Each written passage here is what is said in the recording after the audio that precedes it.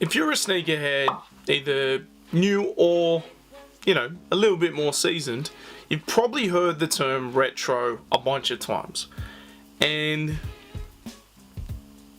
it seems a simple enough concept, but recently I'm seeing there's a lot more levels to it. Now, for most of us, myself included, when I'm looking at retros, I'm looking at stuff to buy part of my childhood back. I'm also looking at stuff that maybe I couldn't afford, or whatever the case is when I was a kid. And I'm buying those things. Jordan 1s, 3s, 4s, Air Max, all that type of stuff. And for the most part, it is based around stuff from the 80s and 90s, but that's not always the case. Recently, I noticed on sneakers, or the Nike launch page, they're re-releasing the Nike Free 2, essentially retroing it. Now, this is something that only came out in probably, I don't know, like 2007, 2008? So not that long ago. And while I do kind of laugh at it a little bit, there would be kids that, back when that came out, that shoe was a big deal. And they may not have been able to afford the shoe at the time. And they look at it with that nostalgic tip. And the thing with the Nike Free is, it changed the game in terms of a sporting aesthetic. Prior to that, anyone doing any sort of serious training basically wore Asics. I'll be honest, because I was in retail at the time, and that's all we were selling. But as soon as the Nike Free came out, everyone wanted a slimmer sole. Everyone wanted something that wasn't so bulky. And when the black and white joints came out, everyone wanted black and white shoes. To see it coming out, they're not really calling it a retro, although I have seen a few sneaker blogs calling it a retro. It's pretty crazy, right? Because if we look at, say, an Air Max 90, an Air Force 1, a Dunk, technically these are retros, because these are retro styles, but the only difference is they don't leave it 10 years or 5 years or whatever until they bring them back. There's something constantly you can get. Same with like an Adidas Superstar. Maybe not so much with the Forums, because the Forums weren't around for a minute and then they brought them back, so there was a bit more significance to that. But the Nike Free, I feel like, has still been around in some sort of iteration. But it was the Nike Free 2, which is the one that's being retroed. That was the one that took the world by storm. So it begs the question, how long between a shoe's release and it coming back do we actually consider it being a retro? Now, plenty of stuff from the 80s and 90s have come back, obviously. There's been things that I grew up seeing as a kid that have come back. More recently, the Reebok pumps. Still didn't manage to get a pair of those. Probably could have, but, didn't go as hard as I should have. That was something I remember seeing in primary school. It was one of the first sneakers that ever really captivated me. Because let's face it, I'm a young kid and there's a thing I can push and the shoe gets more air. Like crazy. But in terms of things from, say, the 2000s, the Air Max 360 was probably, something that came back for a minute. Then they started doing the mix of the upper with the 360 sole, and, there were people going crazy on that, because I remember when it first came out, it was nuts the fact that the whole thing was air. But the only issue for me was I'll burst them. At the time I was a graffiti writer, track rocks, if you know, you know. That wasn't going to last too long for me, so I never purchased them. But there's people that obviously enjoyed them back then, was super stoked for him to come back, to be retroed, right? And that's something that would have came out, oh, I'm gonna say like 03, 04. I could be wrong. Let's hit the old Google machine. There are some hideous iterations out right now of this. Okay. Oh, this is crazy. The first article I find is from Matt Welty of, Complex, full size run. And it's talking about Air Max shoes that have never been retroed. And the top image is the new tuned Air Max Plus or whatever it's called in the celery color. Last year came out. I think they're on special right now. 2006, what did I say? 4, 5, 6, somewhere around then. So 2006 they came out. So what's that? 14, 15 years ago. Yeah, I get it. There was a little bit of fanfare, but for the most part, it was those sneaker collectors. There was no real hype behind it. They're not going to resell, right? But to an extent, you could almost say the Air Max LTD is a retro as well. I hadn't seen them on shelves for a number of years, and then all of a sudden they were back. And they were calling them the LTD 3, which is a style I was probably purchasing back in, say, 07, maybe even earlier. There's something that you can pick up at JD Sports, Foot Locker, Culture Kings fairly easily. There's no hype behind them, but they're just a dope looking shoe.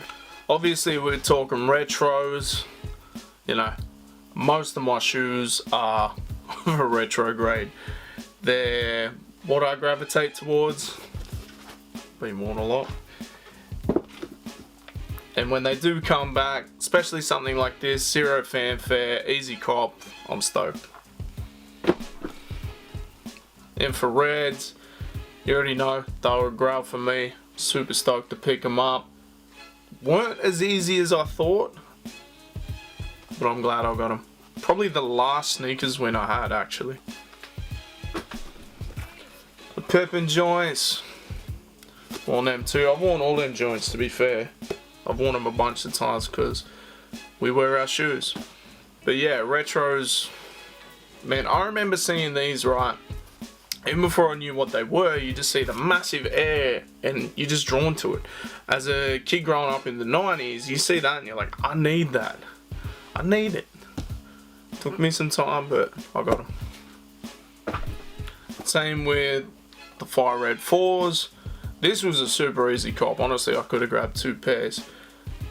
They shot up not long after, but these are one of my favorites for real, and something that I was after for a long time. Glad that they re-retroed these, and with the Nike Air, something a little bit more special. These were probably the first LTDs that I've seen in a long time. Obviously they've had a lot of wear. All white shoes do not last that long for me. I could probably clean these up and get them looking pretty good. They're never going to be something that's going to look brand new again, but you've seen my cleaning tips. I do alright with it. But yeah, I remember coming across these in store and being like, man, I was only saying the other day I wish I could see some Air Max LTDs. So I think at the moment I've probably got about 8 pairs of LTDs. I'm a sucker for them. Actually, funny little story. I go into my local JD Sports and I grab this new pair of LTDs I see, and she says to me, don't you already have these? I'm like, yeah, just in 20 other colours.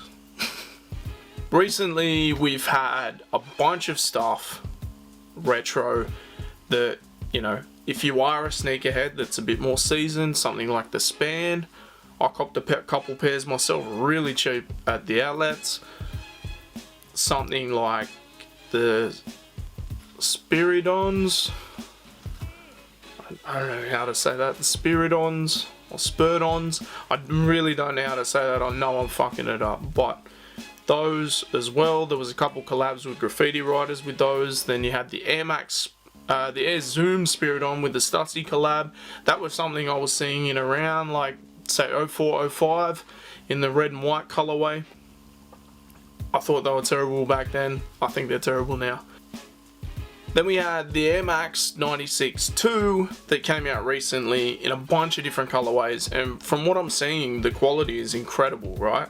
So if that's something that you were seeing at that time and you loved it back then, you're able to purchase it. So I guess what I'm saying, retroing is dope. I love the idea of a retro, but the thing is, we're all going to have different ideas based around our nostalgia.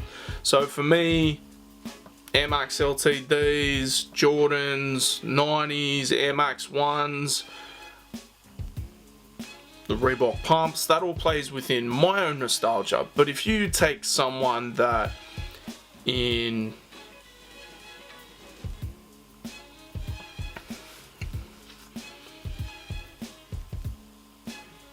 oh damn, some new shit just hit sneakers. Ooh, undefeated dunks. Getting easily sidetracked.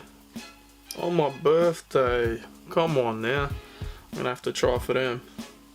Doesn't say when the free run came out. Thought it might have. So yeah, someone that was born a lot later than myself, the Nike Free will have that same sort of nostalgia. So for them bringing it out, now they're an adult seeing it, it's like, hey, I can get that little piece of my childhood back.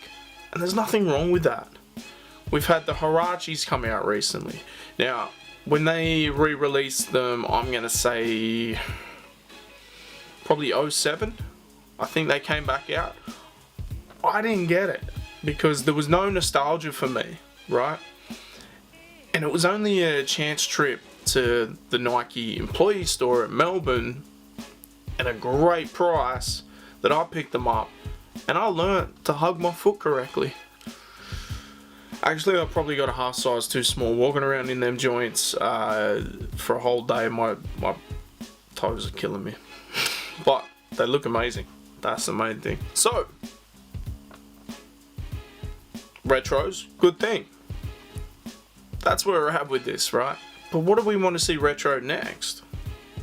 You guys can leave it in the comments what you want to see. Me personally, I'd love to see the Reebok G-Unit collab come back. I know they did a Club C, I think it's called, in the similar colorway, and that's probably the closest we'll ever get. But I want the real thing.